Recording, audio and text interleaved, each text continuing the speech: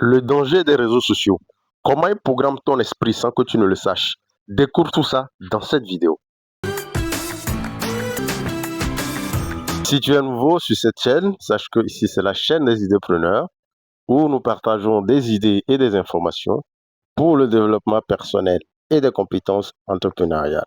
Je t'invite à t'abonner à la chaîne des idéopreneurs pour ne rien manquer. Aujourd'hui, les réseaux sociaux sont devenus le cœur de nos vies. Instagram, Facebook, YouTube, TikTok, etc.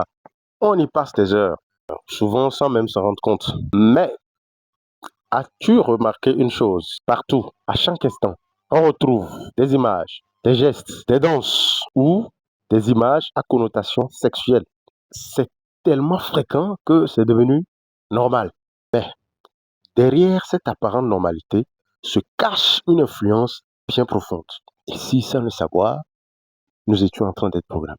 Comprendre comment cela agit sur ton subconscient et surtout voir comment t'en libérer. L'invasion du subconscient.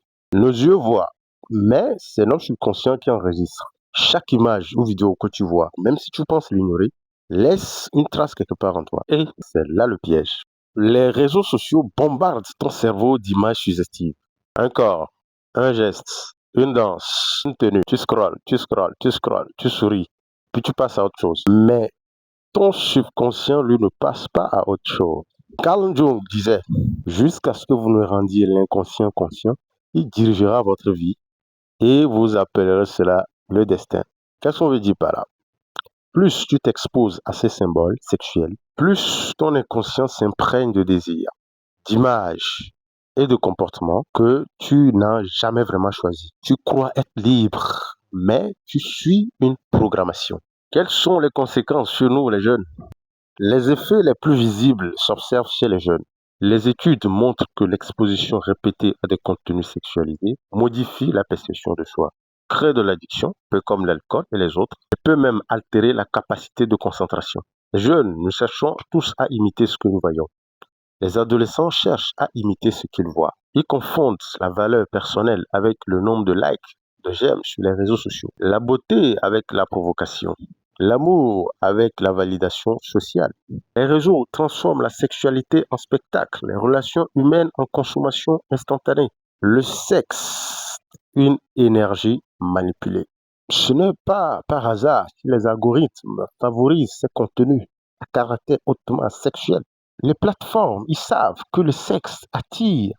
C'est un levier émotionnel puissant, presque impossible à ignorer. Ils savent ça. Chaque image érotique, chaque danse suggestive, chaque tendance virale, tout cela retient ton attention, mon attention, notre attention, te maintient connecté, te pousse à consommer encore et encore. Résultat, ton énergie sexuelle, qui est une énergie créatrice spirituelle, est détournée vers la distraction et la dépendance. Bon, vous allez me dire, ok, tout ça c'est très bien, c'est vrai, la réalité elle est là, on a compris, mais on va faire comment pour s'en sortir? On fait comment? On est dedans, on fait comment? Heureusement qu'il existe des moyens de s'en libérer. Pas en rejetant les réseaux sociaux, mais en reprenant le contrôle de ton esprit. Les grands coachs, les grands leaders l'ont déjà dit à plusieurs reprises et sous différentes formes. Ici, je ne fais qu'un rappel. La première étape, c'est la connaissance de soi. Apprendre à se connaître. Connais-toi toi-même et tu connaîtras l'univers et les dieux, disait Socrate. La connaissance de soi est la base. Quand tu sais qui tu es, tu ne laisses plus les autres te dire ce que tu dois désirer. Deuxième étape, définis un projet de vie professionnel et personnel.